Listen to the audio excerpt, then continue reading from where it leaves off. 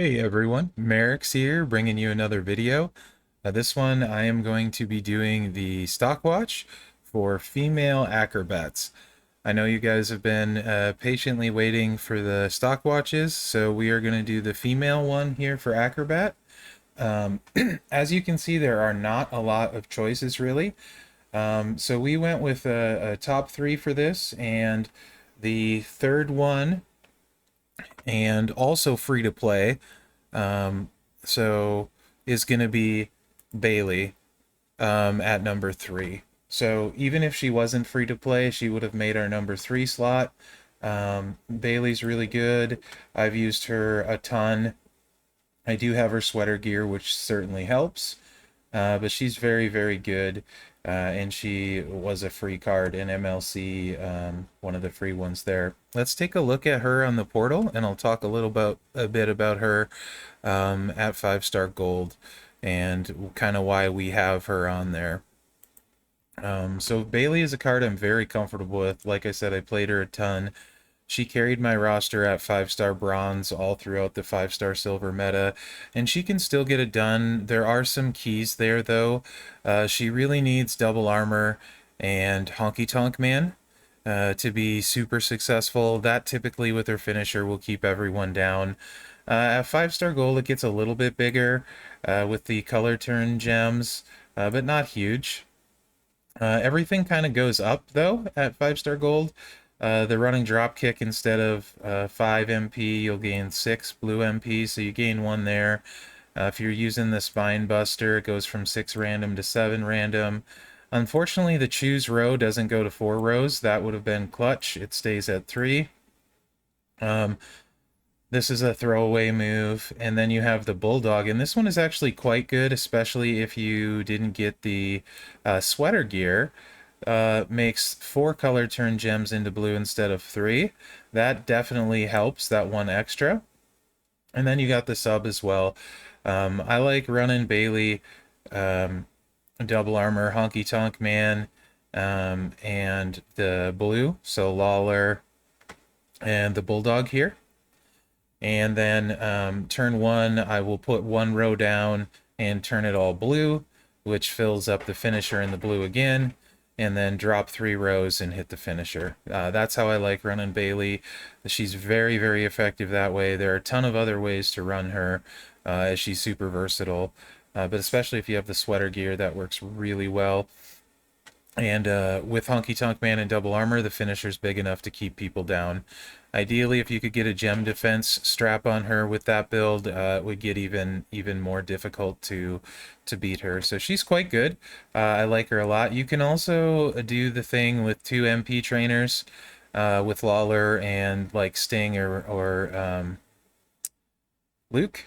No, Butch. Sorry, Butch, where you hit the running drop kick and then hit the 3 rows and the finisher. You would lose out on Honky Tonk Man if you did that, but that's still possible too. I would probably also still run that one double armor though. Um, and flat blue works pretty good on her unless you manage to get like a blue percentage armor. Otherwise, flat blue works like tier 5. Otherwise, flat blue works fine because it works on that and the crossbody. So yeah, she's really good. I like her a bunch. She's a ton of fun to use. I still like using her, and she's really solid. So Bailey was our third. Let's go back over to the game now and take a look at the next one. So for the next one, number 2, we have Acrosh, which probably won't surprise a lot of people. I haven't worked on mine very much yet. She's very good. In fact, I would say of all the people I've feuded against, Acrotrish, with the AI playing her when she has triple blue and the 2 words for you played, is one of the most scariest cards to go against if they get a turn. A lot of times you won't get one if they do. The AI plays that really, really well. You can see I don't have mine super leveled, so we'll take a look at her on the portal at 5-star gold. Portal's very useful. I like it quite a bit. So 5-star gold, Her finisher damage, 68k. It's not huge, but it's not small, and it's choose 7 gems to destroy. That's always quite good. She makes 6 random gems into multiplies of strength 4, low charge move. Obviously, with Sin Cara and stuff, you're throwing 10 out for 3 MP. That's not too shabby, but it is random. She's got a low MP sub. Remaining gems turn into big heal gems. I probably wouldn't go with the sub really, but I mean it is a nice option given a right line bonus and things. Here's the 2 MP blue. Uh, Makes 5 random black gems into blue gems. Obviously, that can recycle itself if the blacks are in the right spot. She's got a choose blue here, the backhand chop. That's the other red move. So you could throw the randoms out and then choose into them with that. And she's choosing 6 at 5-star gold, a significant amount. Matrish, gain 5 blue MP for 3 yellow. That's pretty good as well. And then she's got this bonus move for every blue gem, the multiple forearms. So Trish is pretty good. I've seen triple blue a lot. I've seen versions with all the low MP ones. So yellow, blue, blue I've seen, where you can just hit a bunch of moves. So there's a lot of stuff she can do. Like I said, finisher isn't huge damage, but it's also not bad, and it's a choose 7 to destroy. In the female acrobat world, she's pretty good. 2 words for you, plate definitely makes her a lot harder to contend with because you're hitting so many moves, these low charge moves, that has a very good chance to go off and do some major damage. So Acro Trish is really good and someone you definitely might consider taking up. She gets overshadowed because of number 1 on this list, who really is the clear winner for the female acrobat class, and I don't think this will come as a surprise to anyone. That's IOW Charlotte. Before I talk about her, I do want to talk about a few other things. If you don't have Bailey for some reason, Bliss would be the next choice for free to play. She's okay. She gets better at 5-star gold. That's a huge commitment for a card of that level. So, I mean, unless you're a Bliss mark, I can't really see doing it. Asuka's okay. She's got low charge subs and stuff. There's some randomness to it, and it makes one, she's making it into blue submission gems. So if the random hits wrong, you can lose it. She's also got the green one, the green sub, but you're only placing 1 gem. So, it is a huge multiply gem of strength 12. She can do stuff, just not one of my favorites, for sure. Although she's not terrible, but Bailey is better, so that's why she didn't make the list. So let's take a look at Charlotte now. Some things to note about Charlotte. You're going to want a strap for her. So an icon strap in any Charlotte, or in any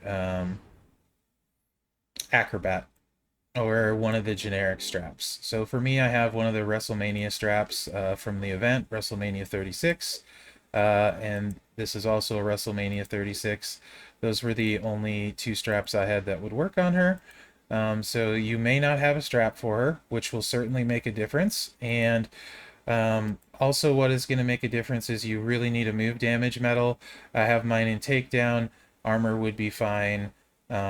Plenty of other stuff. Fury would be fine. That's just really the key for her, is that takedown medal. Not takedown, I mean the blue move damage. And the Honky Tonk Man plate is the other one. That really helps her recycle. So once you look at it, this is how you're running it with the big boot. So you hit the big boot, and then the natural selection, or the one arm sit out power bomb if it's charged. Usually I would run her steel, and so you could do Lawler or you can do blue move damage, whichever you prefer. A lot of times Lawler might be the better move, because then you can hit that, hit the one arm, sit out power bomb, choose one, and then if your random is lucky, you don't force a pin, then you can hit the big boot again. And with Honky Tonk Man plate, you're going to start the cycle over. If not, then you won't be able to hit it 3 times, but you'll probably finish him next turn. Does big damage with the big boot. The downfall is she doesn't have a huge pin, so usually you're draining their life. So 5-star gold, I think she will fall off slightly once other people, you're running into a lot more 5-star golds that aren't Charlotte. With the big health pools and stuff, I think she will fall off just slightly because she'll lose a little bit of oomph. With all that move damage, she won't be getting people all the way down, and she doesn't have a huge per se pin. But that's a very small complaint. Right now, a top 3, top 4 female in the game, depending who you talk to. Better, I think, against 5-star silver and lower, she might be the best female in the game, arguably, between her and Naomi. 5-star gold falls off a little bit, but not very much. She also uses the icon tokens, which are much easier to get than any other token right now for upgrading. So definitely, if you have her, you want to build her. If you don't have her, do a bunch of trivia. She does have other movesets you could potentially run if you don't have a strap, but again, they're not going to be quite as good either because straps make a huge difference. There are other places to get straps coming though, so I would really highly recommend doing trivia and unlocking Charlotte. Amazing free card, can carry your roster, and certainly worth the trivia effort even if it's not fun. So that's going to be the female Acrobat stock watch for now. I hope you guys enjoyed it. Only 3 of them because there wasn't a ton of choices, and we did feel like Bailey outclassed everyone else and she's free to play, so it didn't really make sense to add anyone else. So let me know what you think in the comments. I really love hearing the comments, guys, and be on the lookout for the next stock watch, which will probably be female Trickster. So thanks for watching, guys, and good luck out there.